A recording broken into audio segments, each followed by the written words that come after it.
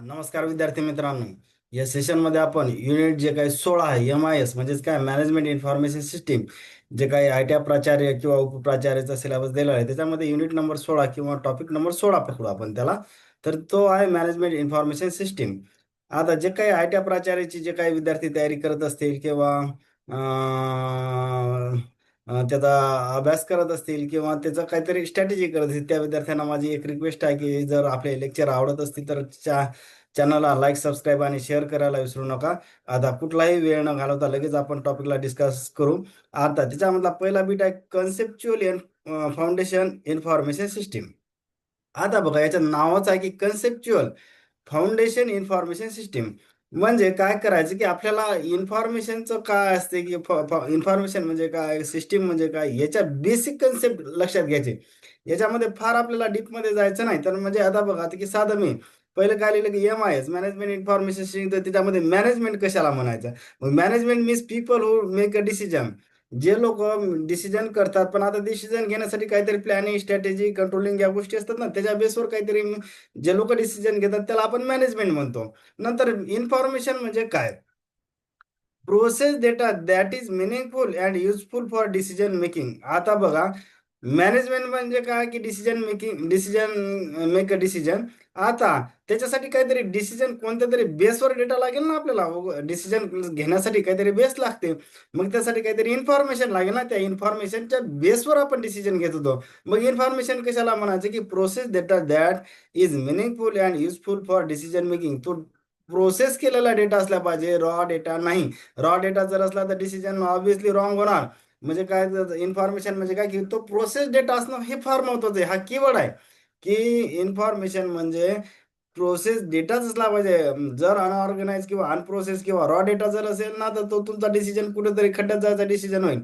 म्हणजे तो decision obviously चुकणार, कारण की रॉ किंवा अनप्रोसेस डेटाच्या बेसवर आपण डिसिजन घेऊ शकत नाही. जरी घेतला तर तो चुकीचा ठरण्याचे फार चान्सेस असतात. म्हणून इन्फॉर्मेशन मध्ये सगळ्यात महत्वाचा कीवर्ड जो असतो की तो प्रोसेस डेटा असला पाहिजे आणि that is meaningful and useful for decision. Process नुसता प्रोसेस असून चालणार नाही, तो मिनिंगफुल असला पाहिजे, त्याला काहीतरी अर्थ असला पाहिजे आणि तो युजफुल म्हणजे डिसिजन घेण्यासाठी मदत करणारा सुद्धा डेटा असला पाहिजे. नंतर आता ती इन्फॉर्मेशन कशी असू, it may be presented, it may be presented, return or electronic store. किंवा आता इथं it may be presented or म्हणजे किंवा प्रेझेंटेड, त्याला आपण म्हणू रिटर्न और एखाद्या फॉर्मॅटमध्ये असली पाहिजे किंवा इलेक्ट्रॉनिक स्टोअर्ड असली पाहिजे. म्हणजे कशी असू शकते, पण तो प्रोसेस डेटा असला पाहिजे.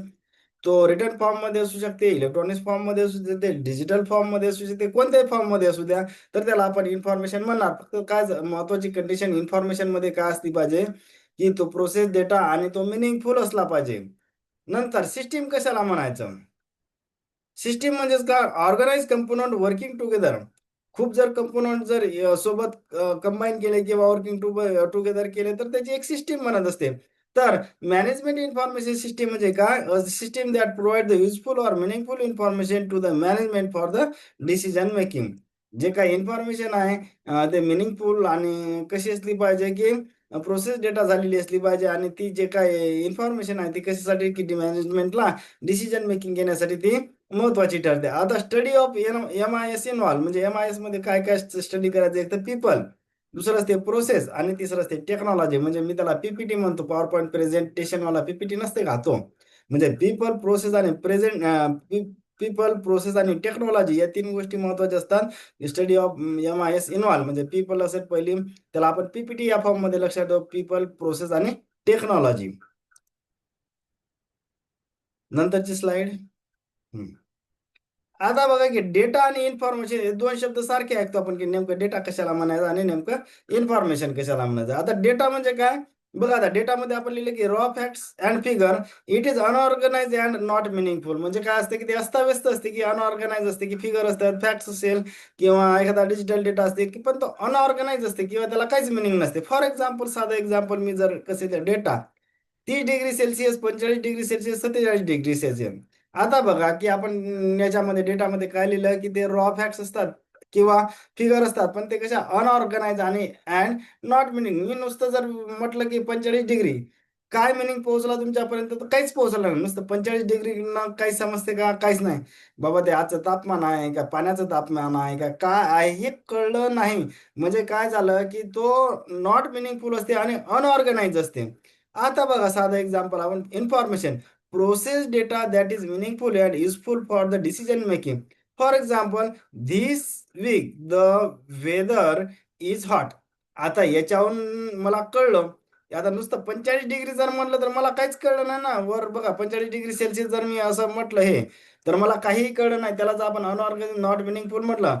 पण this week is weather is hot असं जर मी म्हटलं, तर काय झालं की काहीतरी मिनिंग आहे. म्हणजेच काय झालं की हा प्रोसेस डेटा आहे. हे फक्त फिगर फॅक्ट्स आहे, पण हे अनऑर्गनाइज किंवा रॉ मटेरियलच्या फॉर्ममध्ये आहे की त्याच्यातून काही मिनिंग निघत नाही. इन्फॉर्मेशन म्हणजे काय की process data that is meaningful and useful for decision making. जसं जर आपण म्हटलं की this week the weather is hot.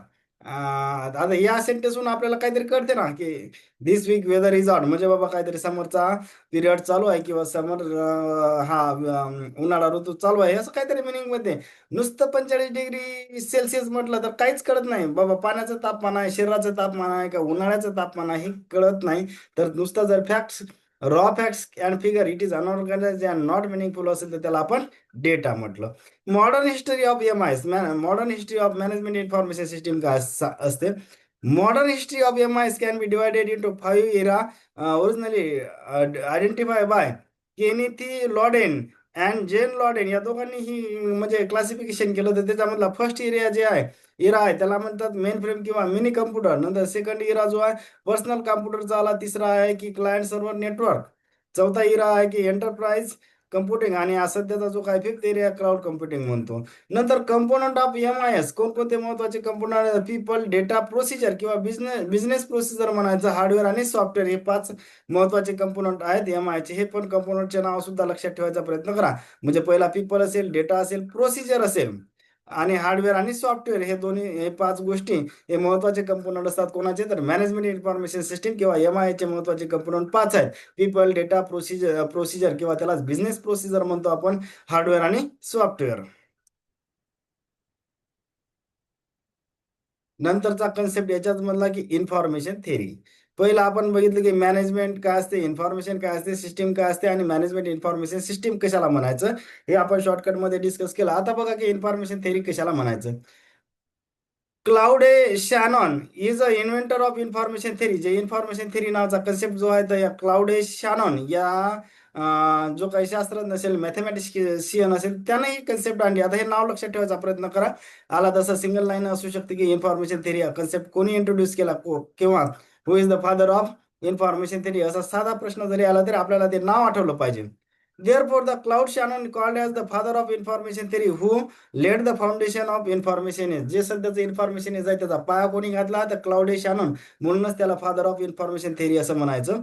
नंतर Shannon was the first to describe the Boolean algebra essential to all the digital electronic circuit and help found the field of artificial intelligence. म्हणजे algebra जे काय Boolean algebra आहे त्याचं सुद्धा यांनीच cloud शॅनॉन यानंच ते concept आणली. आणि तो कशासाठी असते? बुलियन अल्जेब्रा हे डिजिटल इलेक्ट्रॉनिक्स मध्ये वापरतो आपण. आणि त्याचीच हेल्प करून काय झालं की help found the field of artificial, सध्याचं जे काही हे आहे त्याचीच मदत त्याच्यामध्ये झालेली आहे असं त्याला सांगायचं आहे. नंतर इन्फॉर्मेशन थेअरी कशाला म्हणायचं? Study of how the information is generated, storage, processed, and transmitted and used to support the decision making in EMIs. नुसतं काय इन्फॉर्मेशन थेअरी म्हणजे काय? Study of how information is generated. माहिती कशी जनरेट होते, कशी स्टोरेज होते, त्याच्यावर कशी प्रोसेस केली जाते आणि कशी ट्रान्समिटेड केले जाते. And use to support decision. आणि त्याच माहितीचा वापर किंवा इन्फॉर्मेशनचा वापर डिसिजन मेकिंगसाठी एम आय एस मध्ये कसा वापर केला जातो, या सगळ्या गोष्टी म्हणजेच काय? Information theory. नंतरचा आता बघा अप्रोच ऑफ इन्फॉर्मेशन थेअरी. कोणकोणते अप्रोच असतात याला? मी असं SSC लक्षात ठेवत असतो. जसं आपण पहिले एम आयचे 3 कंपोनंट बघितले ना, PPT म्हणजे काय? पीपल, प्रोसेस आणि एक तिसरा बघितला होता कंपोनंट पीपल प्रोसेस. हे बघा पहिल्या स्लाइड मध्ये पीपल, प्रोसेस आणि टेक्नॉलॉजी, PPT. आणि इथं काय वर्ड आला की SSC. 3 गोष्टी आल्या ना, सिंटॅक्टिक. 3 अप्रोच आहेत इन्फॉर्मेशन थेअरीचे: सिंटॅक्टिक, सिमॅन्टिक आणि कंटेक्स्टुअल. जसं SSC लक्षात ठेवतो मी, तिचं आपण जसं PPT लक्षात ठेवलं होतं. आता बघा, सिंटॅक्टिक, सिमॅन्टिक आणि कंटेक्स्च्युअल, त्यालाच प्रॅग्मॅटिक अप्रोच सुद्धा आपण म्हटलेलं आहे. ब्रॅकेट कंप्लीट करायचं, थोडंसं विसरलो मी. नंतर पहिला सिंटॅक्टिक अप्रोच कशाला म्हणायचं. आता बघा, focus on the syntax structure format of information not its meaning. म्हणजे काय झालं की इन्फॉर्मेशन कोणत्या फॉर्मॅटमध्ये आहे, स्ट्रक्चरमध्ये आहे, त्याचा सिंटॅक्स काय आहे, याच्याच जास्त फोकस द्यायचा. त्या इन्फॉर्मेशनचा मिनिंग काय आहे, काय नाही, याच्या भानगडी त्याच्यात पडायचं नाही, त्याला आपण सिंटॅक्टिक अप्रोच म्हणलं. नंतर सिमॅन्टिक अप्रोच. आता सिमॅन्टिक म्हणजेच काय, जर आपण डिक्शनरी वर्ड बघितला तर सिमॅन्टिक म्हणजे काय, त्याला आपण मिनिंग म्हणत असतो. म्हणजेच focus on meaning of the information. इथं फोकस कशावर, मिनिंगवर दिला. पहिले सिंटॅक्टिक म्हणजे काय, सिंटॅक्स स्ट्रक्चर फॉर्मॅटवर फोकस दिला, तिथं मिनिंगवर फोकस दिलेला नाही. जर सिमेंटिक अप्रोच मध्ये काय झालं की मिनिंगवर फोकस जर दिला असेल तर त्याला सिमेंटिक अप्रोच म्हटलं. नंतर तिसरा कंटेक्स्च्युअल अप्रोच किंवा त्याला प्रॅग्मॅटिक अप्रोच म्हणतं. Focus on the usefulness of information in certain context or specific situation. It is also called as pragmatic approach because of it is useful और प्रॅक्टिकल यूज. प्रॅग्मॅटिक म्हणजे एखाद्या गोष्टीचा उपयुक्तता किंवा प्रॅक्टिकल वेनं ती किती गोष्ट किंवा युजफुल वेनं किती गोष्ट उपयोगाची आहे, तर त्याला आपण प्रॅग्मॅटिक अप्रोच म्हणतो. आता कंटेक्स्च्युअल अप्रोच म्हणजे, कंटेक्स्च्युअल म्हणजे काय, एखाद्या गोष्टीचा स्पेसिफिक सिच्युएशन, रेफरन्स, संदर्भ ज्याला आपण म्हणतो. Focus on the usefulness of information in certain context or certain specific situation मध्ये जर त्या इन्फॉर्मेशनचा यूज वापरत असेल तर त्याला काय आपण म्हणायचा, कंटेक्स्च्युअल अप्रोच. या दोन मध्ये काय, फक्त इथं सिंटॅक्स स्ट्रक्चर फॉर्मॅटवर फोकस दिला, त्याच्यात मिनिंगवर फोकस दिला नव्हता. सिमॅन्टिक मध्ये काय की त्या इन्फॉर्मेशनच्या मिनिंगवर फोकस होता. कंटेक्स्च्युअल अप्रोच मध्ये काय की त्या इन्फॉर्मेशनच्या युजफुलनेस किंवा प्रॅक्टिकल यूजवर फोकस होता. या तीन गोष्टी लक्षात ठेवायच्या. ट्रिक सांगितले मी, एसएससी पहिल्या वेळेस पीपीटी सांगितली होती, ते कशामध्ये, एमआयएस मध्ये. आणि इन्फॉर्मेशन थेअरी मध्ये ट्रिक्स काय सांगितले, एसएससी जसं स्टाफ सिलेक्शन कमिशन किंवा 10वीला आपण एसएससी म्हणतो, तसं सिंटॅक्टिक, सिमॅन्टिक आणि कंटेक्स्च्युअल किंवा त्यालाच प्रॅग्मॅटिक अप्रोच म्हणायचं. थोडं क्लिअर करतो, हा, पुढे. नंतर व्हॉट इज शॅनॉन एंट्रॉपी. आता शॅनॉन एंट्रॉपी म्हणजे काय, एंट्रॉपी म्हणजे आपण बघितलं की सायन्समध्ये की रॅन्डमनेस किंवा त्याला आपण काय म्हणतो की अनसर्टन्टी, म्हणजेच काय, त्याला एंट्रॉपी म्हणतो. Entropy means measure the uncertainty or randomness of the information in the message. The concept was introduced by Claude Shannon in the information theory. कारण की आता बघा, आपण जर पहिली स्लाइड बघितली, क्लाउड शॅनॉनलाच फादर ऑफ इन्फॉर्मेशन थेअरी म्हटलं होतं ना आपण. मग जर ही इन्फॉर्मेशन थेअरीचा म्हणजे व्हॉट इज द शॅनॉन एंट्रॉपी म्हणजे काय, आता हे शॅनॉन एंट्रॉपी म्हणजेच काय, कोणी इंट्रोड्यूस केली, the concept was introduce by the Claude Shannon in information theory. कारण की इन्फॉर्मेशन थेअरी नावाचाच कन्सेप्ट त्यांनी केला ना, क्लाउडे शॅनॉन, त्यालाच आपण फादर ऑफ इन्फॉर्मेशन थेअरी असं म्हटलं होतं. नंतर बघा, entropy helps understand how much information is needed to reduce the uncertainty in decision making. म्हणजे एंट्रॉपीचा वापर काय कशासाठी करायचा, रिड्यूस अनसर्टनिटी, अनिश्चितता रिड्यूस करण्यासाठी डिसिजन मेकिंग मध्ये, तर त्याच्यासाठी वापर करायचा एंट्रॉपीचा. हाय एंट्रॉपी मीन्स मोर अनसर्टनिटी आणि लो एंट्रॉपी मीन्स लेस अनसर्टनिटी. म्हणजे लो एंट्रॉपी असेल तर अनिश्चितता कमी आणि जास्त एंट्रॉपी असेल तर अनिश्चितता जास्त असेल. नंतरचा MIRM म्हणजेच काय, इन्फॉर्मेशन रिसोर्स मॅनेजमेंट. नंतर इन्फॉर्मेशन रिसोर्स मॅनेजमेंट कशाला म्हणायचं, पहिले इन्फॉर्मेशन आपण बघितली पहिल्या याच्यामध्ये, याच्यामध्ये. इन्फॉर्मेशन म्हणजे काय, इन्फॉर्मेशन मीन्स प्रोसेस डेटा. मी पहिले सांगितलं की इन्फॉर्मेशनसाठी सगळ्यात महत्वाचा कीवर्ड काय, की प्रोसेस डेटा असला पाहिजे तो. That is meaningful and useful for the decision making. आता रिसोर्सेस म्हणजे काय, resources means anything valuable that help an organization to achieve the its goal. आता बघा, हे रिसोर्सेस कोणते असू शकतात, मनी असू शकते, मटेरियल असू शकते, मशीन्स, मॅन पॉवर आणि इन्फॉर्मेशन हे सुद्धा महत्वाचा रिसोर्सेस आहे. माहिती हे महत्वाचा रिसोर्सेस आहे ना. In IRM information is a treated as a important resource. नंतर मॅनेजमेंट कशाला म्हणायचं, आपण बघा की people who make a decision with the help of planning, organising, controlling and using the resources effectively to achieve the objective.